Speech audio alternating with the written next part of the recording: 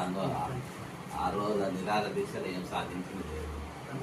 Already group 1 చేసేది 1:50 అది బట్టి విక్రమార్క అడిగింది ఆ పొజిషన్. అవును, అసెంబ్లీలో వాళ్ళే 1:100 ఇవ్వాలని చెప్పేసి వాళ్ళే స్టేట్మెంట్ ఇచ్చారు.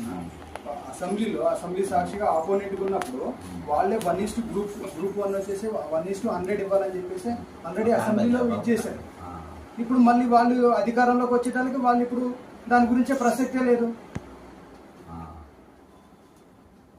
అది డిఎస్సి పోస్టులు, అది కేసీఆర్ డిఎస్సి ఇచ్చినప్పుడు ఇది మెగా డిఎస్సి కాదు దగా డిఎస్సి అని చెప్పేసి అసెంబ్లీలో గోల చేసి మాట్లాడారు. అదే మళ్ళీ ఈ రోజు వాళ్ళ అధికారంలోకి వచ్చిన తర్వాత డిఎస్సి గురించి ప్రస్తావన తీసుకొస్తే ఒక 500,000 పోస్టులు పెంచేసి ఇదే మెగా